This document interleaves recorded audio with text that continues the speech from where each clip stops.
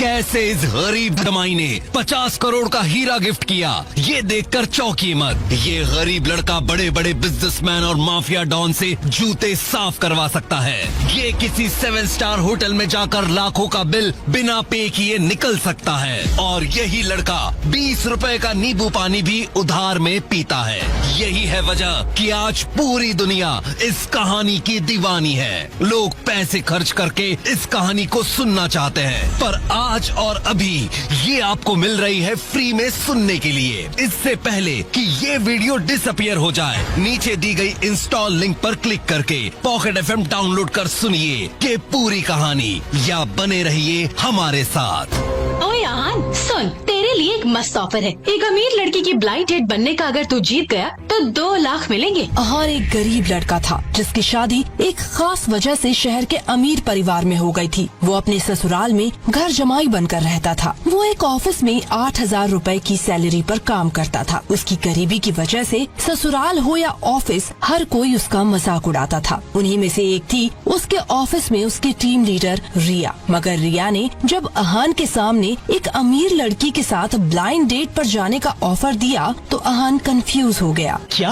मगर क्यों? तुम जानती हो ना मैं शादीशुदा हूँ, मैं क्यों जाऊँ ब्लाइंड डेट के लिए? तुम गरीबों की यही प्रॉब्लम होती है, कुछ समझते ही नहीं। अरे बेहद अमीर औरत ने अपनी बेटी के लिए कॉन्टेस्ट रखा है जिसमें कोई भी जा सकता है, शादीशुदा या कुंवारा। और मैं चाहती हूँ तुम वहाँ जाओ, क्योंकि अगर तुम जीत गए तो तुम्हारी मदद से हमारी कंपनी को एक बड़ा कॉन्ट्रैक्ट मिल सकता है। और अगर ऐसा हो गया तो मैं तुम्हारी सैलरी 8,000 से 80,000 कर दूंगी। फिर तुम ये जिल्लत की जिंदगी और अपने ससुराल को छोड़ अपने किराए के फ्लैट में इज्जत की जिंदगी जी सकते हो। तो तुमसे जितना कहा जाता है उतना करो, ज्यादा क्यों, कब, कैसे करने की जरूरत नहीं है, समझे? आहान के जवाब का इंतजार किए बिना ही रिया ने आहान से थोड़ी दूर जाकर अपने फोन से कॉल किया। मुझे ब्लाइंड डेट इवेंट के लिए एक सुपर डुपर लूजर फटीचर लड़का मिल गया है। उसे मैंने सैलरी हाइक और प्रमोशन का चूरन दे दिया है। अब वो करोड़ों का कॉन्ट्रैक्ट हमें मिलेगा। अरे नहीं, तू उसकी टेंशन मत ले, उसे पता ही नहीं चलेगा कि हम उसके साथ क्या करने वाले हैं। मैं उसे लेकर वेन्यू पर आ रही हूँ, आज बहुत मजा आने वाला है। इतना कहकर रिया ने फोन रख दिया और आहान को लेकर ब्लाइंड डेट के वेन्यू पर पहुंच गई। वेन्यू पर जाते ही उसे एक लड़की मिली जिसने रिया एक रूम में वेट करने को कहा और आहान को अपने साथ ले गई। अगर आप चाहें तो इन कपड़ों में से कोई कपड़े पहनकर इवेंट में जा सकते हैं। कहीं ऐसा ना हो कि आपके कपड़े देखते ही आपको रिजेक्ट कर दें।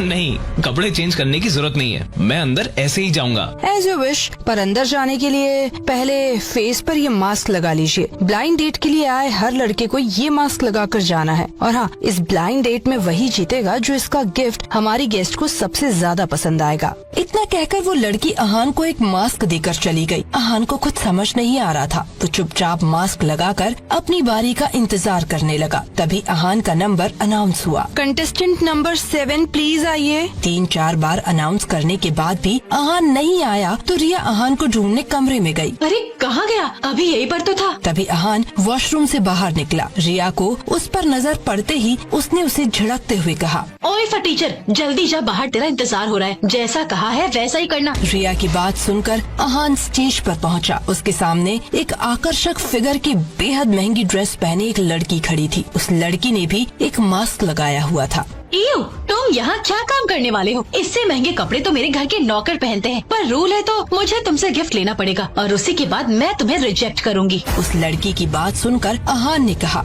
सॉरी, मुझे गिफ्ट लाने के बारे में पता नहीं था, पर आप चिंता मत करो, मैंने गिफ्ट लाने को किसी को भेजा है, बस अभी आता होगा। ना ढंग के कपड़े ना कोई गिफ्ट, तुम्हें किसने भेजा इस ब्लाइंड डेट पे? ये अमीरों का खेल है, तुम जैसे भिखारी फटीचरों का नहीं। चलो निकलो यहाँ से। शनाया की बात सुनकर वहाँ आहान चुपचाप निकल गया। इस इवेंट में देव मल्होत्रा भी आया था और उसने तोहफे में 50 लाख की अंगूठी दी थी। ब्लाइंड डेट इवेंट में 50 लाख की रिंग गिफ्ट करने वाले देव मल्होत्रा को हमारी खास मेहमान के साथ डेट पर जाने का इनाम मिलता है। और अब हमारी खास मेहमान अपने चेहरे से मास्क हटाकर देव मल्होत्रा के हाथ से रिंग पहनेगी। इवेंट खत्म होने में 5 मिनट बचे थे। देव मल्होत्रा अपने चेहरे से मास्क हटा अंगूठी लेकर स्टेज पर चढ़ा। तभी कुछ ऐसा हुआ कि सब चौंक गए। रुको, अभी एक कंटेस्टेंट का तोहफा आना बाकी है, वो देखने के बाद ही विनर की घोषणा होगी। इतना कहकर काले रंग का सूट पहने एक आदमी स्टेज पर चढ़ा और उसने बेहद खूबसूरत बॉक्स खोलकर कहा, मैडम, हमारे बॉस की तरफ से आपके लिए गिफ्ट। उन्हें किसी वजह से जल्दी जाना पड़ा। जैसे ही बॉक्स खुला, उसके अंदर रखे सामान को देख शनाया और देव मल्होत्रा के साथ साथ हर अमीर गेस्ट आश्चर्यचकित रह गए।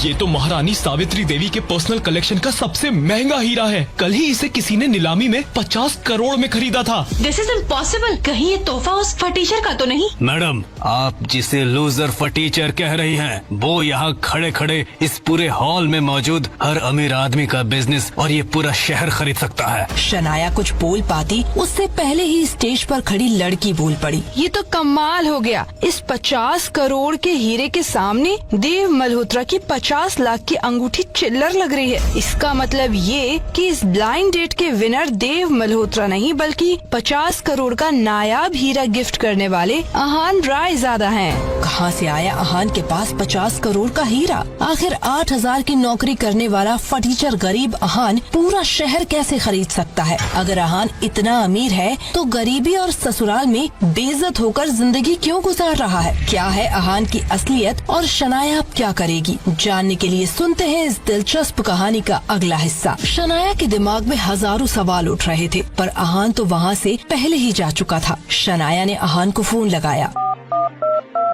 आपके द्वारा डायल किया गया नंबर अभी आउट ऑफ कवरेज एरिया है, कृपया कुछ समय बाद डायल करें। जब आहान का फोन नहीं लगा तो शनाया ने घर पर कॉल किया और वहाँ से पता चला कि आहान घर पर भी नहीं पहुँचा। आखिर आहान गया कहाँ? और ये 50 करोड़ का हीरा उसके पास आया कहाँ से? मुझे आहान के सच को जल्द से जल्द पता करना होगा। इसके बाद शनाया जल्दी से इवेंट से निकल गई, पर उसे समझ नहीं आ रहा था कि आहान को कहाँ ढूंढे। उधर दूसरी तरफ आहान की टीम लीडर रिया और देव मल्होत्रा को भी अभी तक यकीन नहीं हो रहा था कि आहान ने 50 करोड़ का महारानी का खास हीरा तोहफे में दिया है और आहान के हीरा देने की वजह से उसका पूरा प्लान चौपट हो गया था। वो देव मल्होत्रा के पास गई। ये कैसे पॉसिबल है कि वो 2 कौड़ी का 8,000 सैलरी वाला आहान 50 करोड़ का हीरा देकर ऐसे ही चला गया? देव, तुम यहाँ खड़े खड़े क्या सोच रहे हो? कुछ बोलो। अगर मेरा काम नहीं हुआ ना तो तुम्हें भी शनाया नहीं मिलेगी। फिर बैठे बैठे उसकी याद में आंसू बहाते रहना जिंदगी भर। रिया, मैं ये सोच रहा हूँ कि सबसे पहले हमें आहान का सच जानना होगा और सच जानने का एक ही तरीका है। क्या तरीका है आहान का सच जानने का? हमारे पास टाइम नहीं है। अगर हमसे पहले शनाया उसके परिवार तक आहान पहुँच गया तो पूरा खेल खत्म।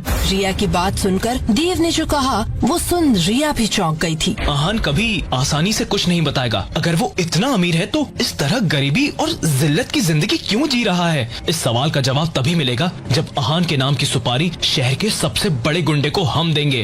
ये बात जैसे ही रिया ने सुनी तो वो एक बार को हैरान रह गई, पर उसके बाद उसने भी देव का साथ देने का डिसीजन लिया। रिया, आहान कहाँ गायब हो जाएगा किसी को पता नहीं चलेगा। प्लान तो तुम्हारा बहुत अच्छा है देव, पर मेरी इच्छा है कि मैं भी आहान को टॉर्चर होते हुए देखना चाहती हूँ। रिया के इतना कहते ही देव ने अपनी जेब से एक दूसरा फोन निकाला और बहुत बड़े गुंडे विक्की को आहान को उठाने की सुपारी दी। विक्की भाई, एक लड़के की डिटेल व्हाट्सएप की है, उसे उठाकर सीक्रेट लोकेशन पर ले आना। 1 करोड़ एडवांस भेज रहा हूँ, बाकी 1 करोड़ काम होने के बाद। विक्की भाई के लोग पूरे शहर में फैले हुए थे और वो लोग आहान को हर जगह ढूंढने लगे। इस बात से बेफिक्र आहान एक नींबू पानी वाले के पास खड़ा था। उसने अपनी जेब में हाथ डाला तो उसमें पैसे नहीं थे। वो दुकान वाले से रिक्वेस्ट कर रहा था कि तभी वहाँ एक गाड़ी आकर रुकी और उस गाड़ी में शनाया की दोस्त रूपल बैठी थी। अरे आहान, अपने ससुराल की थोड़ी तो इज्जत रखो। उधार में नींबू पानी पी रहे हो। चलो आज हमारे साथ चलो, तुम्हें कुछ ऐसा पिलाते हैं कि तुम्हें जन्नत दिख जाएगी।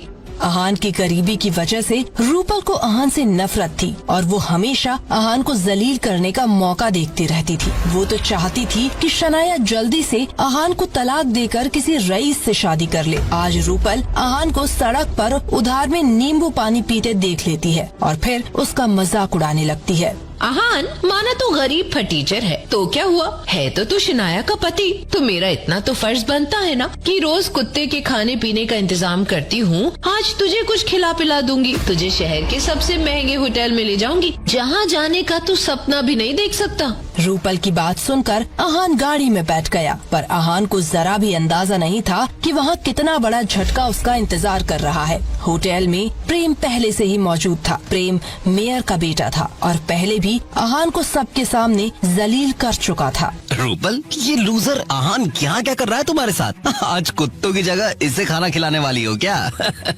यार प्रेम, मैं इसे यहाँ लेकर आई हूँ ताकि इसे भी पता चले कि हम जैसे अमीर लोग कैसे खाते पीते हैं। इसे इसकी असली औकात तो पता चले कि जितना ये महीने भर में कमाता है उतने की यहाँ एक डिश भी नहीं आती। वेटर, इधर आना, आज हम कुछ स्पेशल मंगवाएंगे। अगले ही पल वेटर ऑर्डर लेने आ गया। Yes ma'am. मगर अहान ने देखा कि वेटर ने खड़े खड़े मैनेजर को आवाज दी है और जैसे ही मैनेजर ने अहान को देखा तो उसके हाथ से मेन्यू कार्ड गिर गया। सर आप यहाँ? आई एम सॉरी सर, मैंने आपको देखा नहीं। बस 2 मिनट में मैं वापस आता हूँ। मैनेजर वहाँ से चला गया मगर रूपल और प्रेम हक्के बक्के रह गए। उन्हें समझ नहीं आ रहा था कि अभी यहाँ क्या हुआ। अहान, ये मैनेजर तुम्हें सर क्यों बुला रहा था? क्या मतलब, तुम इस होटल में पहले भी आ चुके हो? जल्दी ही समझ में आ जाएगा। कुछ ही देर में वेटर एक बेहद खूबसूरत बोतल लेकर आया। ऐसी बोतल रूपल और प्रेम ने कभी भी नहीं देखी थी। मैनेजर ने बोतल खोली और ग्लास में ड्रिंक बनाकर अहान को दे दी। ये लीजिए सर, फ्रांस से आपके लिए स्पेशल मंगवाई हुई ड्रिंक। प्रेम की नजर जब बोतल पर लिखे प्राइस पर पड़ी तो वो बौखला गया।